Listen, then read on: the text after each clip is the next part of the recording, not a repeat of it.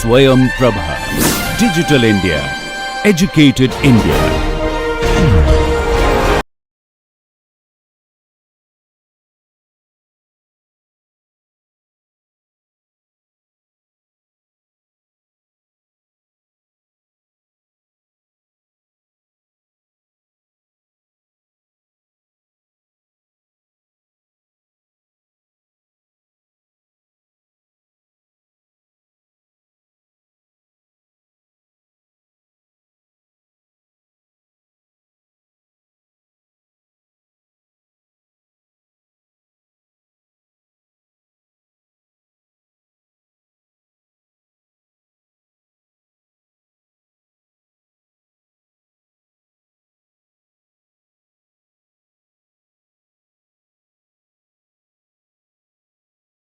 Welcome back.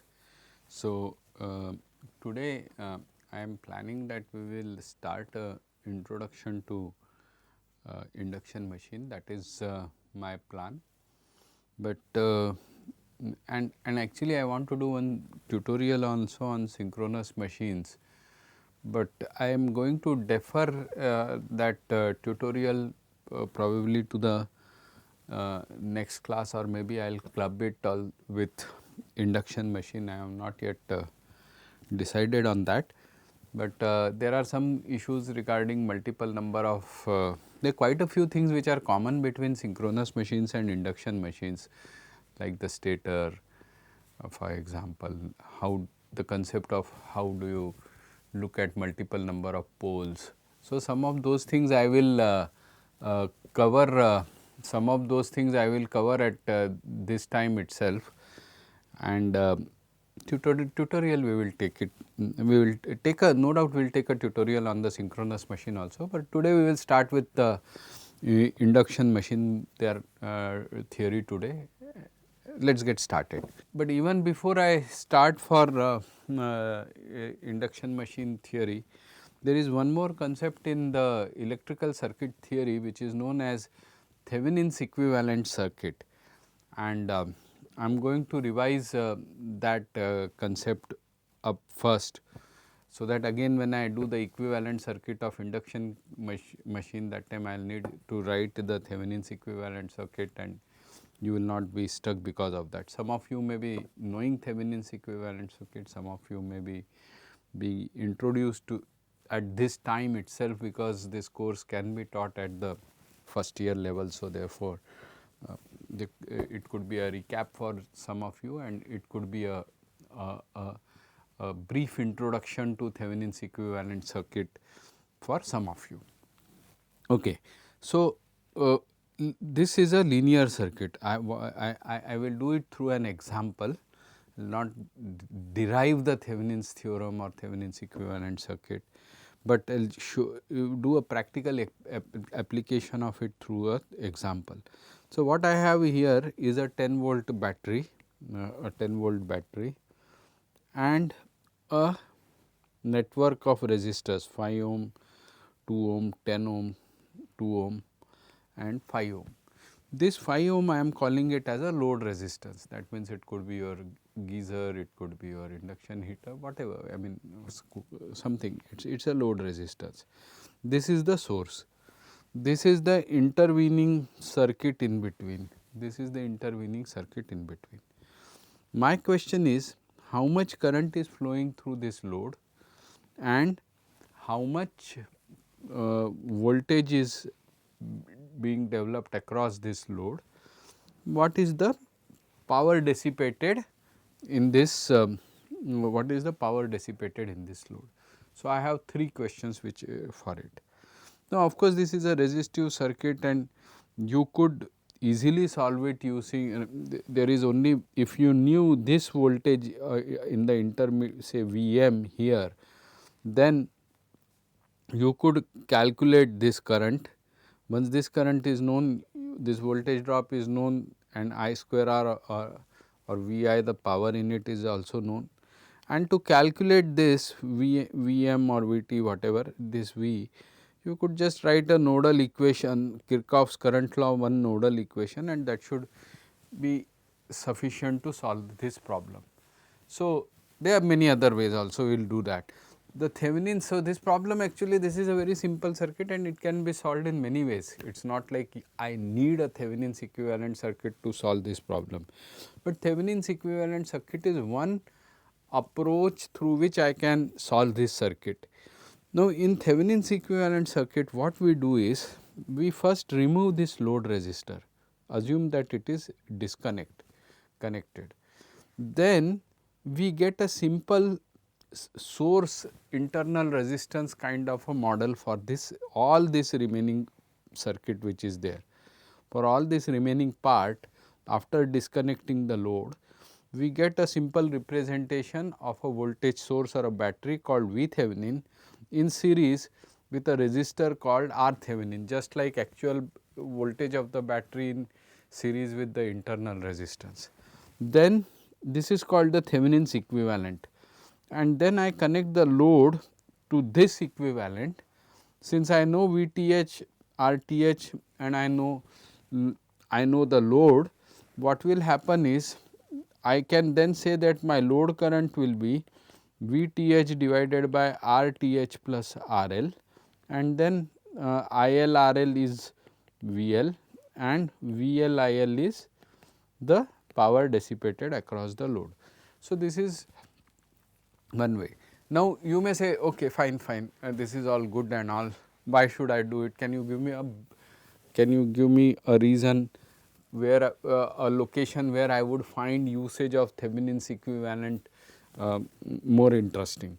So, suppose I say that I give you a problem in which this load resistance, once solve it when load resistance is 5 ohms, one solve it when load resistance is 1 ohm, once solve it when it is in 0.5 ohms. Suppose I give you 3 values, then every time to solve a complex network, this is a simple one, but to every time solve a complex network equations and then find it out. Instead of that, just VTH and RTH remains the same, and only thing is just keep on changing the load. So, VTH divided by RTH plus RL, only keep changing the load and keep on finding the new load current, and once the new load current is known, everything else is known. So, therefore, you can see that and exactly this is what will happen actually in the induction machine, where there is something called a slip of the induction machine, and as it keeps on changing, only one resistance will be changing, everything else will be constant. So, a Thevenin's equivalent circuit would be found to be very useful. So, with this motivation, now what did I tell you? I told you that to solve this circuit, first I will disconnect this, I will get a V Thevenin and a R Thevenin, then I will solve this simple circuit very easily. Then afterwards I can solve for the load current and the voltage developed across the load. Now, the thing that may come to the next two questions that come to your mind is, how do I calculate the V Thevenin, how do I calculate the R Thevenin? So, let me start with R Thevenin. The Thevenin's resistance can be calculated by replacing all the independent sources with their internal impedances. So, or resistances. If I am doing a resistance circuit, then it is resistances. If I am doing a AC circuit, and it is very much applicable, Thevenin's theorem is very much applicable to the AC circuits also with phasors and impedances, then I will replace it with internal impedances. So, what I will do is, there is only one source here, right? There is only one source here, this is the DC voltage source, it is an independent source, nobody is controlling it. So, it is called an independent source. I should just short circuit it. So, when I short circuit it, load resistance is already disconnected, and then looking from the terminals where the load impedance is connected, looking inside from the terminals where the load impedance is connected, what I do is, where the load impedance is connected, what I do is, I calculate looking from here inside this circuit, what is the net impedance seen. So, that net impedance seen is called the Thevenin's resistance or Thevenin's impedance. So, I have short circuited this 10 volts, there is only one source. So, this 5 ohms 0 resistance and comes like this. I am looking from this side and trying to find out what is the net impedance. So, what I should be doing? I should be taking this 5 ohm in parallel with 2 ohm, this 2 ohm. Actually, it is like having a 5 ohm, a 2 ohm and a 10 ohm, 3 in parallel. So, all the 3 in parallel, I find out what is the net resistance that comes in series with this 2 ohm. So, I add it in series with this 2 ohm, and then whatever R Thevenin is, whatever resistance, net resistance that I calculate, which will be obviously higher than 2, is the R Thevenin. So, in this case, this R Thevenin turns out to be 3.250 ohms. Next is calculating the V Thevenin. So, for V Thevenin is nothing but after disconnecting this load and the source is there, without any source how can there be a voltage. So, whenever I say V Thevenin, it means the source has to be there. So, without so find out, disconnect the load resistance, find out what is the voltage which is developed here. This is called the open circuiting across the terminals A and B. Like it is like you have a switch, the switch is kept off. In your home you have a switch and you are connecting a gadget to it. You, when the switch is switched off, you measure the voltage across your terminals. That is nothing but the Thevenin's equivalent open circuit Thevenin's voltage, that and it is also the open circuit voltage, because so far you have not turned the switch on. So, your gadget has not connected. Whatever you measure there, that is the Thevenin's voltage. So, Thevenin's voltage is very easy to calculate. R Thevenin can be measured, actually Thevenin's voltage can be measured, even impedances can be measured, but in general they require more calculations. So, what I do is I disconnect this load and I measure or calculate what is this VAB, whatever this VAB is, that is my V Thevenin. So, how do I calculate it? There is only one node here and this no current will flow through this 2 ohms resistor. So, whatever is this V Thevenin here, the same V Thevenin is applied, is applicable here, because after 2 ohms there is no open circuiting is there. So, the current in this 2 ohm resistor is 0. So, no voltage is going to drop across it. So, whatever is this voltage here, the same voltage is here. So, V Thevenin, and this is 10 volts. So, I apply the KCL at this node. So, I get V Thevenin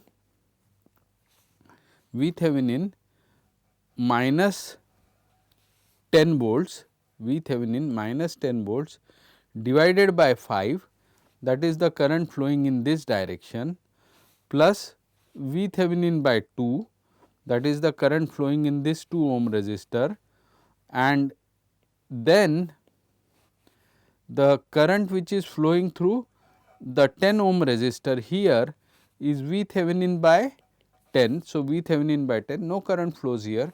So, the sum of all these 3 outgoing currents from this node, there is only one interesting node there, and sum of all the 3 outgoing currents from this node should sum to 0.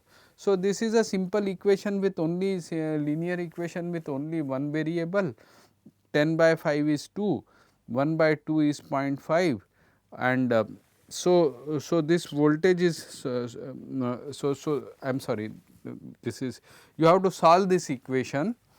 Just 10 by 5 2 will not work out, because this is V Thevenin into 1 by 5 plus 1 by 2 plus 1 by 10 is equal to 2 plus 0.5, 2 minus 0.2 is, sorry, this is equal to 2, yeah.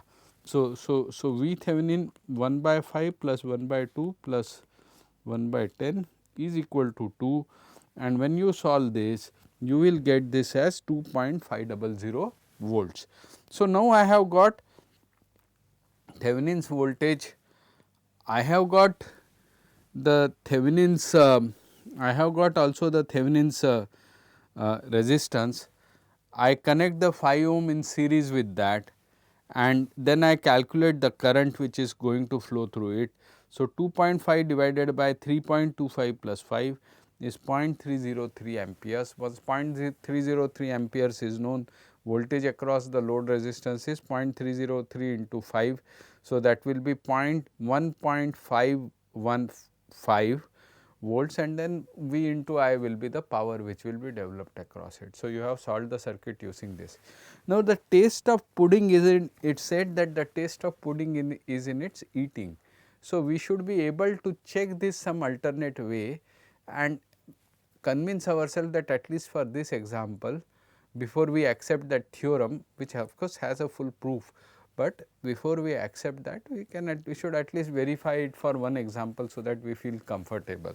So, what I will do here, I will solve the same thing in an alternate way, a very basically looking at series parallel combination of resistances. So, when the load is connected, 5 ohm is connected here, what happens is I have this 5 plus 2 is in series. So, I get 7 ohms, that 7 ohms is in parallel with this 10 ohms and this 2 ohms. So, I have this net impedance, which is a net resistance, which is a parallel or combination of 2 ohm, 10 ohm and 7 ohm, that comes in series with this 5 ohms, and that creates this basic simple equivalent circuit like this, 5 ohm and then a parallel combination of 2 and 10 and 7, and therefore, in that combination I can find out what is the current which is coming out of the battery. So, 10 divided by this gives me 1.576, which is the current which is being developed from, which is being pumped out from this battery. So, if I subtract the voltage drop in this 5 ohm resistor, which is 5 minus 5 times of I 1 from 10, then I get 2.210.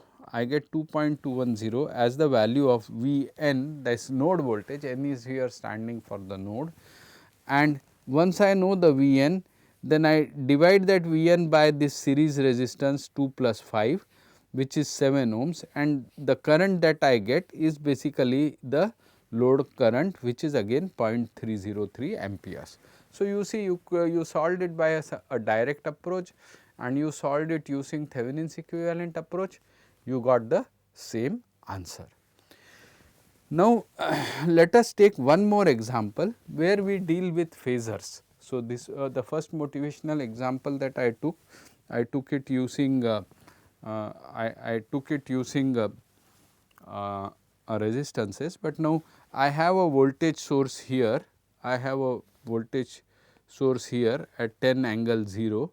So, I have a voltage source here which is at 10 angle 0, and my load resistance is 2 ohms here, and the remaining circuit is having a series connection of 2 ohms with a reactance inductor of J 6 ohms, reactance of 6 ohms, and for whatever reason, power factor or whatever reason, I have a capacitance connected in shunt whose impedance is also 5 ohms, but that is the inductive is positive and the imaginary part here will be negative. Our question is still the same, what is the IL, what is the VL, all that around this load resistance. So, what should I do? I should first disconnect this load resistance, then I should short circuit this source. So, even if it is a AC source, it is a linear circuit, simple RLC and independent sources are linear circuits, and that is where this is no issue. I short circuit this this source, then I calculate what is the net impedance seen from the terminals.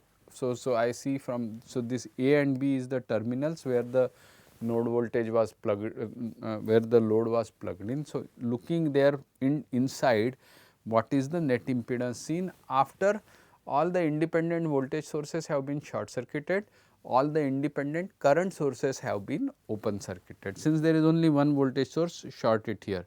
So, what do I get? I get 2 plus J 6 in series, which is in parallel with minus J 5. This whatever it is my Z Thevenin. So, it is 2 plus J 6 into minus J5 divided by 2 plus J6 minus J5, which is 2 plus J. So, therefore, I get multiply this by 2 and 2 minus J and 2 minus J, the complex conjugate of denominator on the both the sides, and then simplify it. So, 4 plus 1 denominator will be 5, and then simplify it, that complex number turns out to be 10 minus J 10. So, in this case the Thevenin's impedance is having resistance and a capacitive part. That capacitive part domination is coming from this particular element here, and that is turning out to be 10 minus J 10 ohms, or in other words 14.414 ohms at an angle of minus 45 degrees. Now, what is the Thevenin's voltage? The next question is what is going to be my Thevenin's voltage. So, what should I do? Since I have open circuited it, I have to just measure the voltage across this. So, what should I do? I should calculate the current first flowing inside this, which is 100 divided by 2 plus J 6 all in series minus J 5. So, therefore, 2 by 100 divided by 2 plus J is the current which is flowing here, and so the voltage which is developed across this, for this the current which is flowing in this capacitor should be multiplied by the capacitive reactance, which is minus J 5, and I get minus 100 minus J 200 volts. Once I have got this, I expand, write this in polar form, and this is going to be in R means real part negative, imaginary part negative. So, the answer will be in the third quadrant. So, I get this as 223.61 at an angle of minus 116.57 volts. So, now the Thevenin's impedance is this, the Thevenin's voltage is this. I have connected a 2 ohm resistor in series with it, and so I look at the 10 minus J 10 plus 2, the series circuit, and the source voltage 223.61 at minus 116.57. Do this division and you get 14.32 at an angle of minus 76.76, which is in the fourth quadrant. So, voltage is here, it is a current is going to be somewhere here 2 plus 10 12 minus 12 minus this. I think the current will be leading, just let me check it up, 223.61, 12 minus J 10 at an angle of minus 116.5 at an angle of 116 plus 57. So, you have to this current, okay, I am sorry, whatever it you have to solve it. I hope I have solved it correctly here.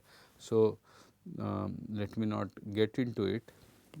This you just cross check this calculation once, that is all, and this voltage, I am sorry, this open circuit voltage divided by this net impedance 2 plus 10 minus J 10, this current, whatever current I am getting, this is going to be my load, this is going to be my load current. So, you just calculate this load current, verify these calculations. Once this load current is known, the voltage drop across it is known, and the power is also known across it is known, and you have solved the equivalent circuit.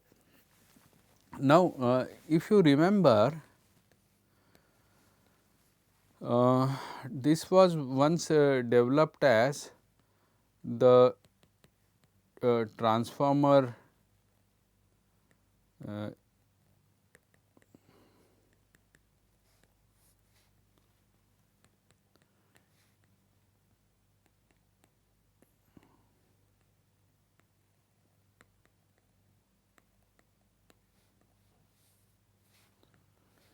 now, and then at that point of time we had done some simplification and said okay, we can first move it this side, and then later we said okay, we can even ignore this, and we had developed a series of simplifications on this.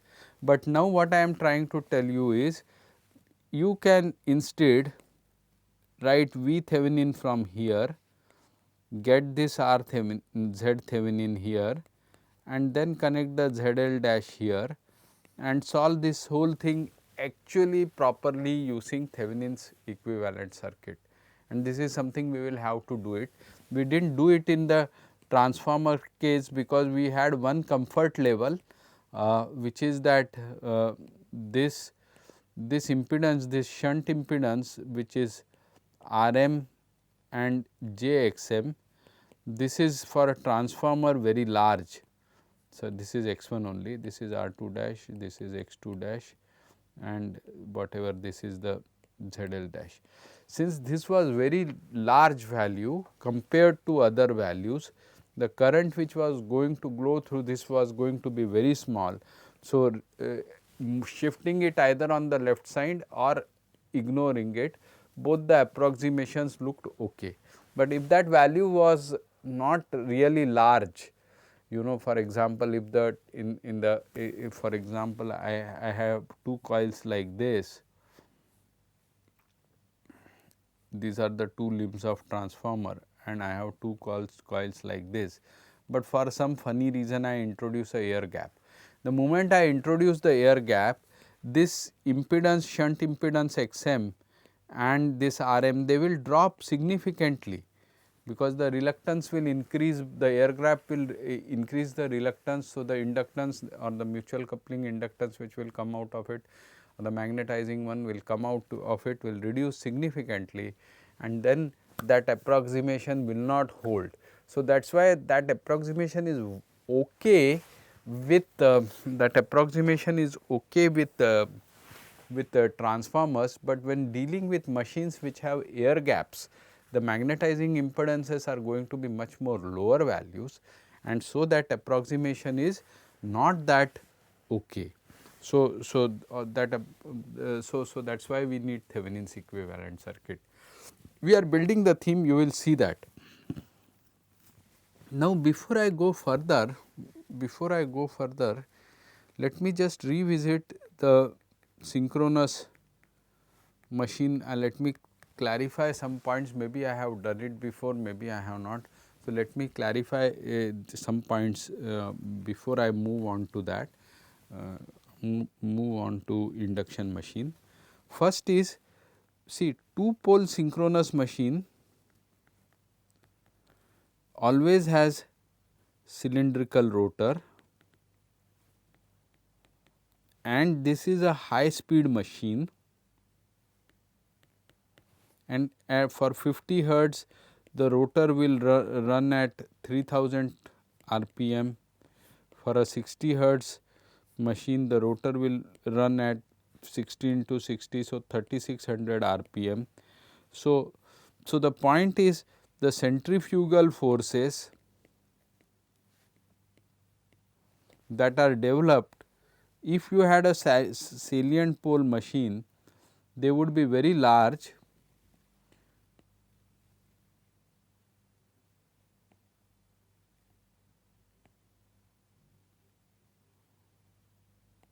suppose I decided to put a salient pole construction like this here, north and south. This is my stator, the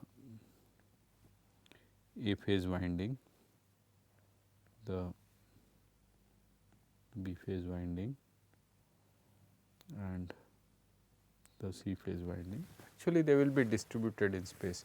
Now, if this salient thing is rotating at 3000 rpm, then the forces that centrifugal forces which will try to fly apart this salient pole construction would be very significant, and you would have a problem. So, two pole synchronous machines are always high speed, and then in high speed machine we have to go for a cylindrical rotor. So, my rotor becomes cylindrical, and I will have a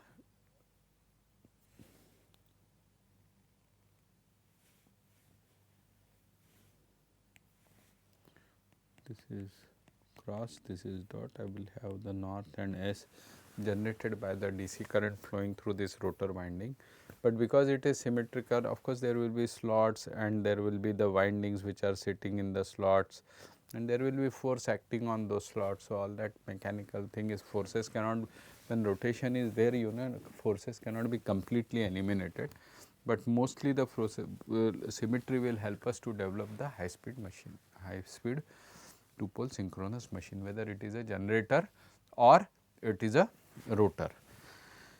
Now, what happens is with hydro machines, and hydro machines are environmentally very friendly, machines, but what happens is here the water is going to flow down, right. I mean, the water is going to flow down.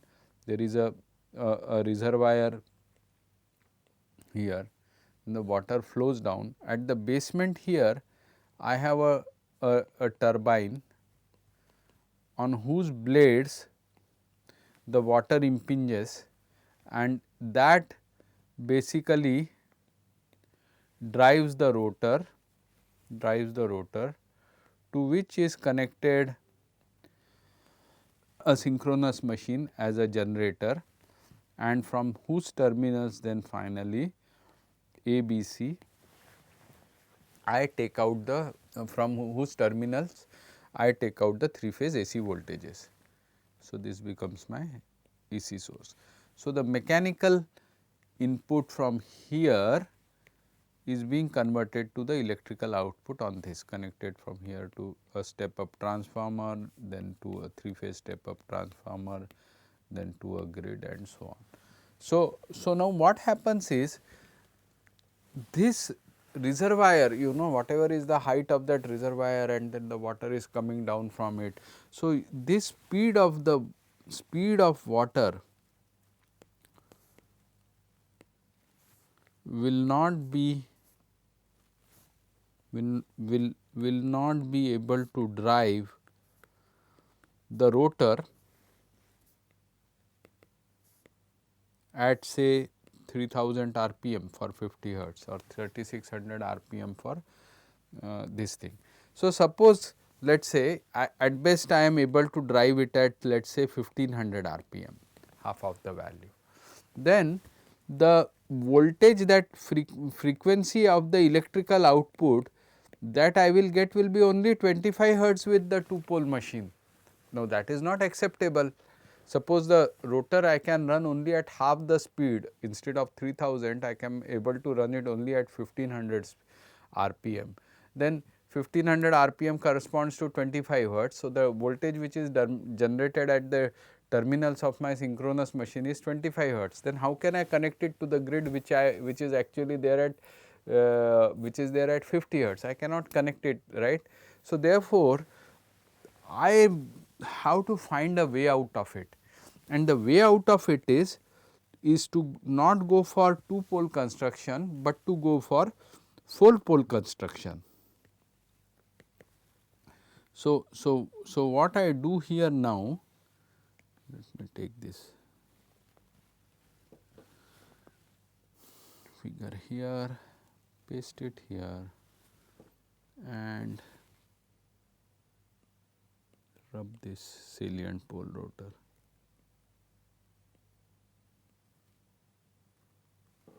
Okay, rub this salient pole rotor and imagine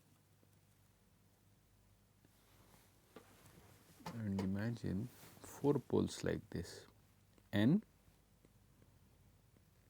S,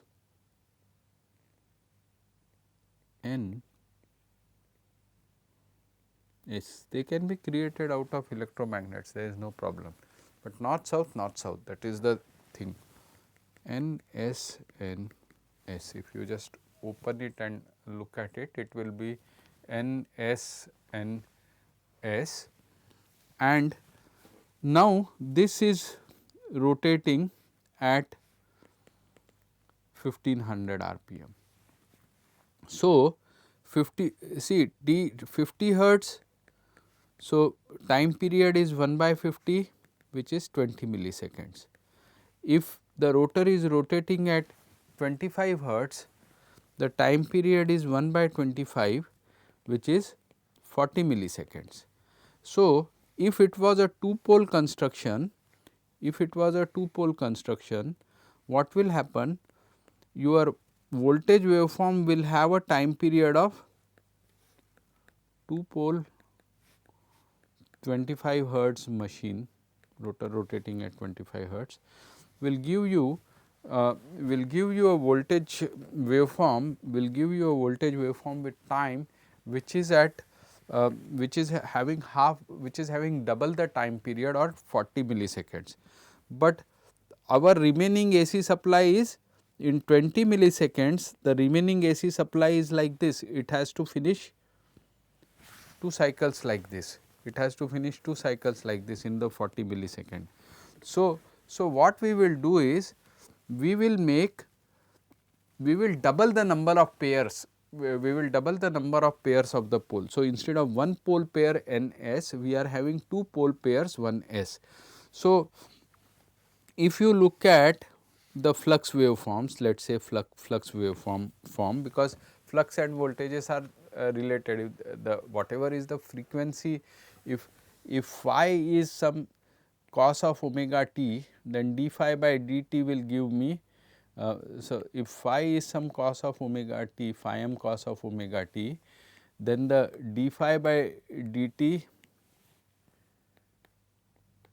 is omega cos of phi m omega cos of sine of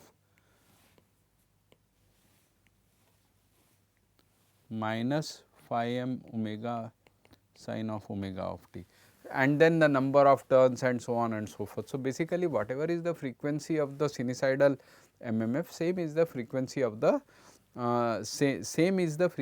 the voltage. So, now here what will happen is, if I have double the pairs, then first here at t equal to 0, phi will be at phi m, then at t equal to t by 4, which is 40 milliseconds by 4, I will get minus phi m, the flux will become minus phi m.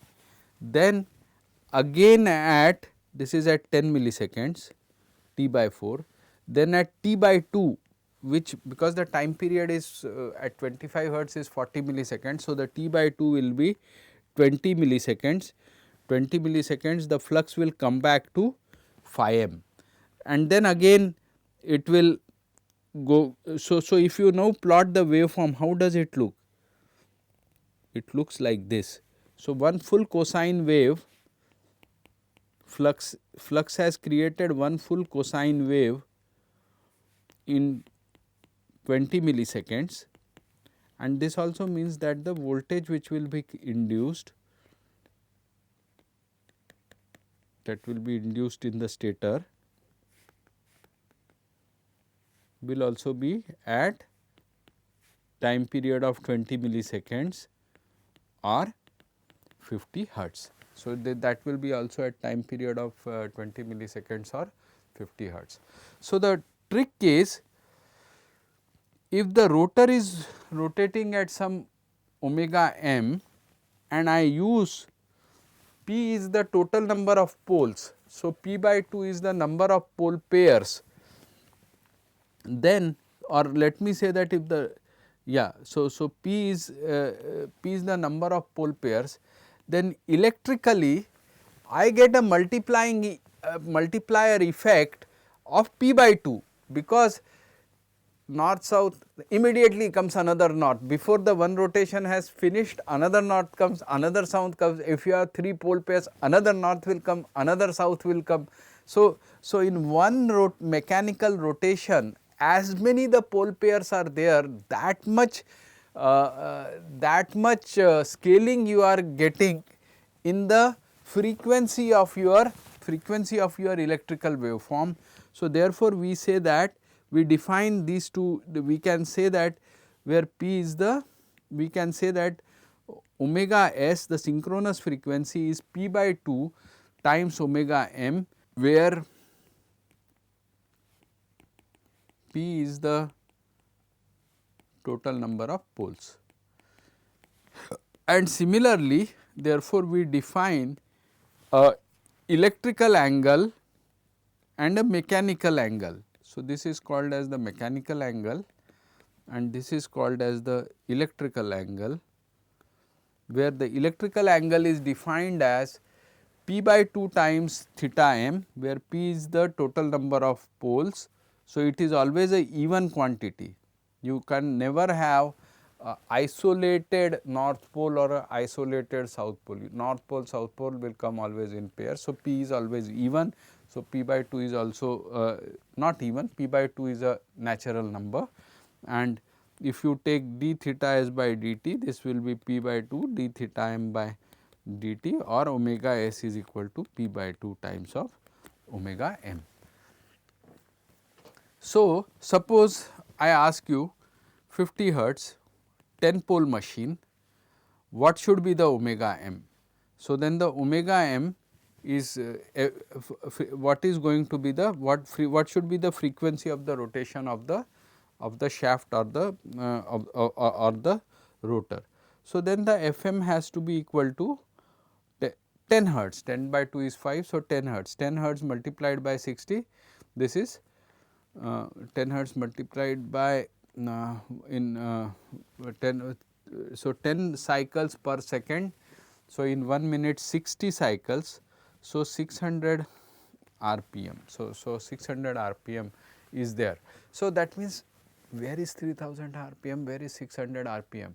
With reservoirs and all that, it is much more convenient to get this kind of speeds, and then hydro machines, therefore, they will be large, huge, because they will have a huge rotor with number of these pole pairs on that rotor.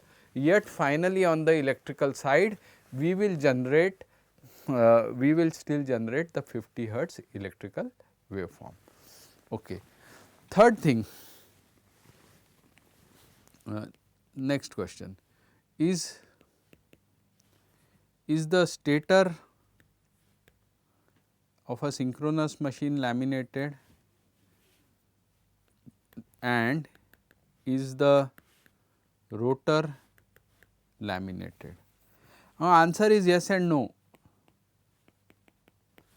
See, the stator is if an observer is sitting on the stator, when the rotating MMF wave is seen by as a sinusoidal flux by him.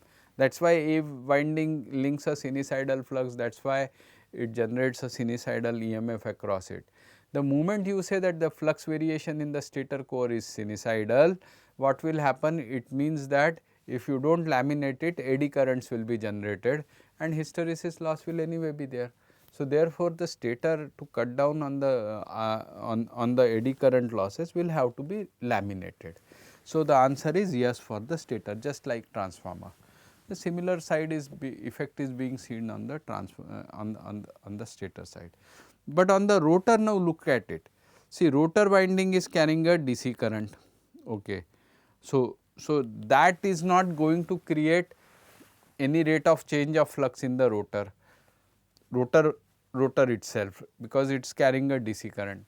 When the rotor rotates at synchronous speed, this winding is also rotating at synchronous speed. So, therefore, the rate of change of flux which will be seen inside the rotor due to the rotor winding current is still not there. So, therefore, the DC current carrying in the rotor will not require you to, will not create any hysteresis, and they will not create any hysteresis loss in the rotor. It will not also create any eddy current loss in the rotor. Okay. Now, the rotor is rotating at synchronous speed. Imagine, look at the 3-phase currents which are there in the stator winding. Now, those 3-phase currents which are there in the stator winding, they are also creating a MMF wave which is rotating at synchronous speed. So, therefore, these two are latched on. So, what is the rate of change of flux due to rotating MMF wave of the stator as seen on the rotor? Again it is same DC effect, there is there is no frequency involved there. If there is no frequency involved there, there is no rate of change of flux which is happening there.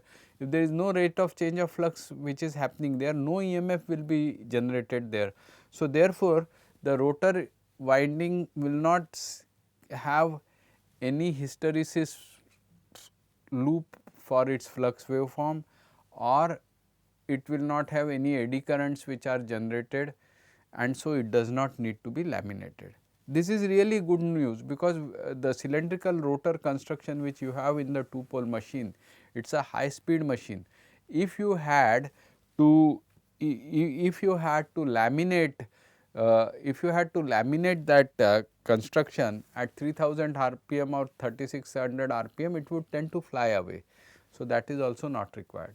For transient operation, sometimes a damper or a amortiseur winding is used, but we will not get into that. Steady state perspective, we do not require rotors. Rotor is a solid mass in the synchronous machine, which is really good news, especially for the turbo alternators. All right. So, this covers some of the other tidbits related to the synchronous machine.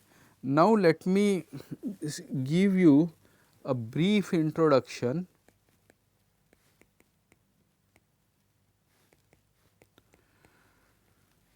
to induction machine. Both machines are very similar, though usage, application, torque speed characteristic, everything is different, but at the level of the air gap, they are very similar machines when if you look at the MMF waves at the air gap level.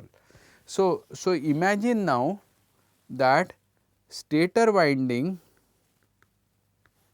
of a induction motor or a induction machine is just identical as that of a synchronous generator, just identical. Imagine you have done like that. Now, also imagine that replace the DC winding on rotor by a 3-phase AC winding. Again, both the windings on the rotor and the stator are distributed in space. The stator windings carry ns number of turns, the rotor winding carries an nr number of turns, but they are both distributed, and you have seen how the distributed windings are. So, now what I will do is, so I will represent it like this. Let us say that this represents the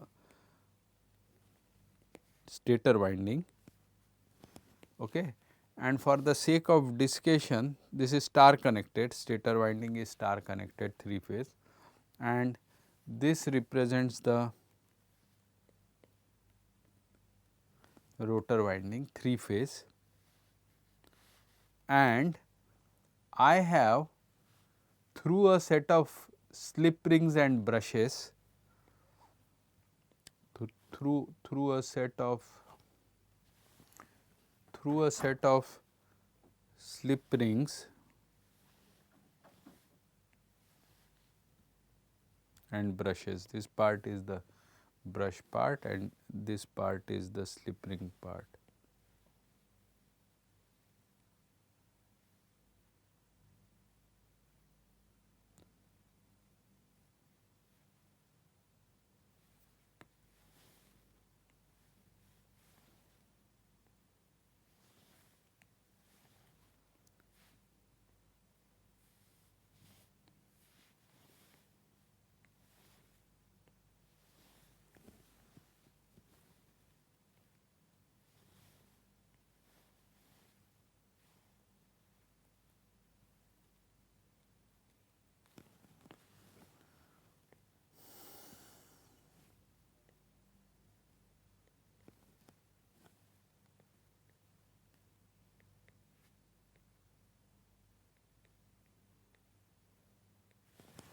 So, what I have done, these are the brushes, these are the rings basically, and the brushes are, these are the rings and the brushes are singing. The slip ring is rotating around because of the rotation of the rotor from winding A phase, B phase, whatever. Brushes are sitting on it, and I am tapping basically the 3 outputs from there. For the rotor A, B, C, I am tapping the 3 outputs. One side all the 3 windings are just like here they are connected in common. One end of the 3 windings are connected, joined here, and then the rotor side 3 ABC terminals just like here I have got, but I bring it out through the brushes and the slip rings, and then to that I connect R, R dash and sorry, not R, I connect it through some resistance, variable resistance, which I can change, and this is a star connected variable resistance. So, this kind of a construction is called a wound rotor induction machine, wound rotor induction machine. And what I have done is, in the simplest case, just imagine that I have short circuited, instead of even connecting it through the brushes and the resistances. Just imagine that I have just short circuited this rotor windings. So, its rotor windings are very similar to resistances we will take later on. Rotor windings are very similar to the stator windings, but have a different number of turns, and whatever is coming out at the terminals I have short circuited. Now, I have connected AC supply to the stator. Okay, AC supply is connected to the stator. Suppose I am holding rotor tightly and firmly, I am not allowing the rotor to move, I am holding it tightly. Then what will happen? The rotating MMF wave will be created due to the 3 phase currents in the stator winding. This rotating MMF wave, what is its frequency? Synchronous frequency is what it is there, 50 hertz or 60 hertz, it is rotating at that synchronous frequency. Then what will happen? Because the rotor windings are stationary and they see a MMF which is, they will see a alternating MMF in them at 50 hertz, alternating MMF or flux or B in them in 50 hertz. So, a 50 hertz voltage will be generated if our synchronous supply is at 50 hertz, a 50 hertz, and this is a 2 pole construction. Later on we will expand on this. A 50 hertz, 50 hertz voltage will be generated across their terminals. Now, I have shorted the terminals of the 3 phase windings of the rotor. So, immediately that 50 hertz voltage will cause a 50 hertz current to flow. This is very similar to transformer action, except for the fact that there is a air gap involved in it. So, induction machine is also called a generalized transformer, I will come to that. So, what will happen? The transformer action causes 50 hertz voltage to be introduced in the windings of the rotor, and because the rotor is short circuited, a current at 50 hertz will flow through the rotor winding. This 3 phase rotor current will set up a 50 hertz MMF wave from the rotor, and so in the air gap you will have two MMF waves, one from stator rotating at 50 hertz, one from rotor rotating at 50 hertz, and their combined effect is another MMF wave which is rotating at the 50 hertz. Now, imagine that I am not holding on to the rotor, I let the rotor rotate. Then will the rotor rotate if I am not holding on to it? Will the rotor rotate? Answer is yes. Why? Because the voltage which is induced in the rotor winding is such so as to oppose the change. What is the change? The change is the sweeping rotating flux which is taking place, right, on the rotating MMF wave of the stator. If oppose that change so as to negate that change, the voltages that are induced in the rotor winding, if I allow the currents to flow because I am short circuiting the windings, then the currents will be such that the BIL, the Lorentz force which is going to be created, times the 2R times the 2R. So, the F into 2R is going to be the torque, is going to be the torque. This is the F, this is the this is the torque. Then the torque which is going to be created is going to be such that the rotor tries to latch on with the rotating MMF wave. Then only you say that okay, my voltages induced according to the Lenz's law are such so as to oppose the change. So, to oppose the change, the rotor also has to sort of like you running on the treadmill like that, you know, if you also have to latch up with the speed of the treadmill, otherwise there is a problem.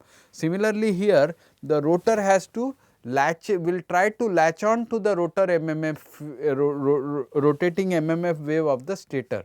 If there is no load connected to the stator in the ideal condition, windage losses, everything else, friction, everything else is neglected, then in steady state the rotor will come to the synchronous speed and start rotating there. Dynamic equations is a bit more complicated, understand conceptually. The rotor will, if the rotor starts rotating at the synchronous speed, trying to latch on, suppose it comes and latches to the synchronous speed, what will happen? The rate of change of this MMF wave from stator is sweeping at 50 hertz. The rotor is also rotating at 50 hertz. So, your frequency, what was your frequency equation? Omega m is equal to omega s minus omega r. If omega m is omega s, this is omega s, what will become to omega r? Omega r will become 0, and in fact, there is no d phi by dt seen, then the V induced in the rotor will also become 0, and the rotor will just happily be rotating at 50 hertz along with the synchronous machine. But now let us say that I on this shaft put a small torque, opposing torque, something, you know, I put a 5 kg weight, or I am trying to run a vehicle on the road. So, I have connected just like in your cycle, you know, you have the chain and the front pedal you are rotating, then the chain brings it to the back wheel, and there you have connected through some gear or some assembly, you have connected it to the wheel. So, now it has to overcome the friction of the earth, and so you have to put the resistance, and if you are going uphill you have to put even more resistance and friction you have to overcome. So, basically you have put a load torque, what we will say, we have put a load torque on it. So, what will happen, this load torque, so at synchronous speed, torque generated, the electromechanical torque which is generated by the induction machine is 0. This load torque is already there, and the net torque is equal to j d omega by dt, where j is the net moment of inertia. So, therefore, this will become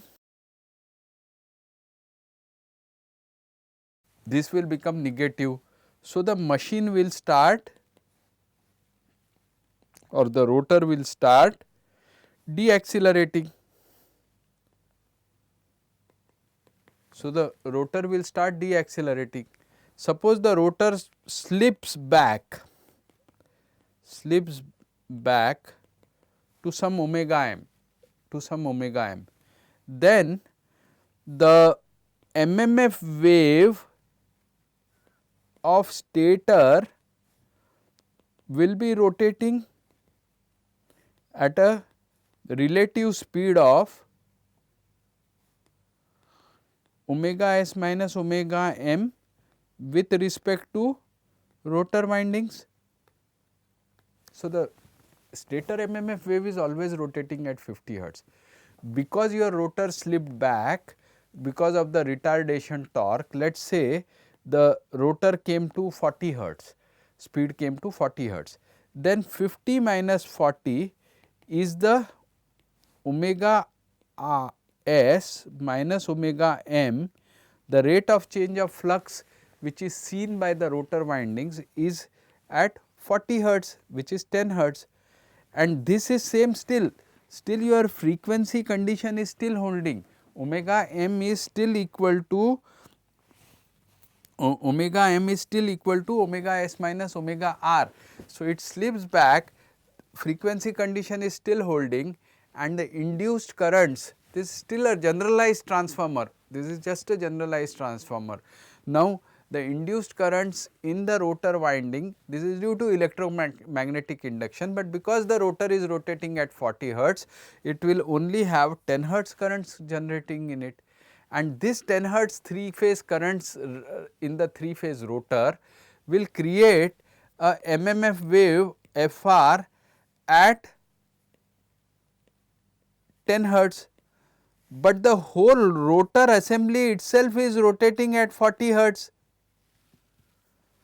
So, for a observer on the stator, what will he see? He will see that the rotor is rotating at 40 hertz, over it another 10 hertz MMF wave is rotating on it. So, the combined effect he will see as if the FR is also rotating at 50 hertz, the Fs anyway is rotating at MMF wave is anyway rotating at 50 hertz, and now if this torque at 40 hertz which is generated, which is BIL into this is adequate, this electromechanical torque is equal to the load torque, then the deaccelerating torque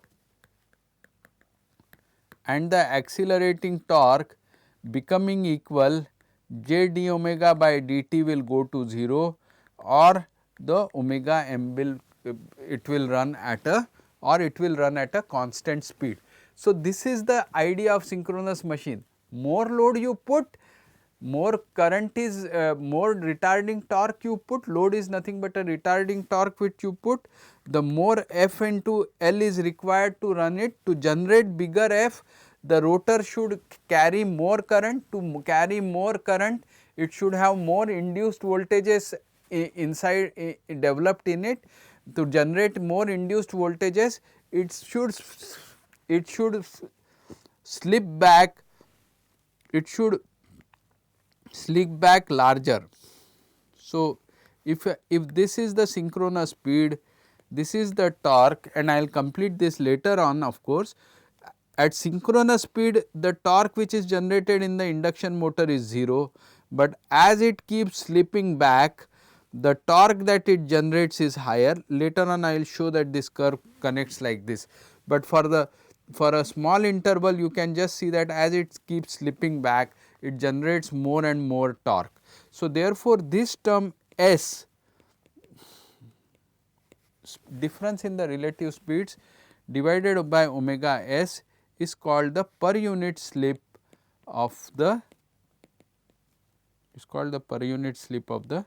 induction machine, and the more it slips, the more it is able to generate the torque, because the currents increase, then the BIL increase, then the torque increases, finally it comes down to having that TL minus TE becomes equal, and that is where the stable operation will be there. This part requires much more work to be done, but this part close to synchronous speed is quite clear to you, and automatically by short circuiting the rotor windings, we are ascertaining that omega r is always omega s minus omega m, or omega m is omega s minus omega r. So, the frequency condition is automatically satisfied. Because the frequency condition is satisfied, so T instantaneous is equal to T average, and all that our previous discussion becomes valid in this curve. In fact, this is a very ingenious way of, without using a variable supply voltage, it is a very ingenious way of ascertaining that the frequency condition is satisfied for different mechanical speeds. That is what happens in the induction machine. So, I think we can probably take a break. I think we can probably take a break here, and yeah, before just taking a break here, remember that this is induction machine is also called as a generalized transformer, because the way the voltages and currents are generated in the 3-phase winding of the induction machine are exactly the same transformer principle. Same transformer principle is applicable here. Only thing is, there is a air gap. In the static transformer there was no air gap, here there is a air gap, and we have also to create alternating flux across the rotor winding, we have actually taken advantage of the rotating MMF wave using the 3-phase stator winding. So, we have taken some of the advantages in the construction, but still the basic principle is only Faraday's law and the transformer action. And once, because the rotor is allowed to pick up on the speed, so the frequency of the induced voltages and currents in the rotor winding however can vary, but whatever happens, the frequency condition still remains valid. So, induction machine equivalent circuit can be motivated a lot from the transformer equivalent circuit using the notion that it is actually a generalized transformer. We will take a break here for today and continue in the next class. Thank you.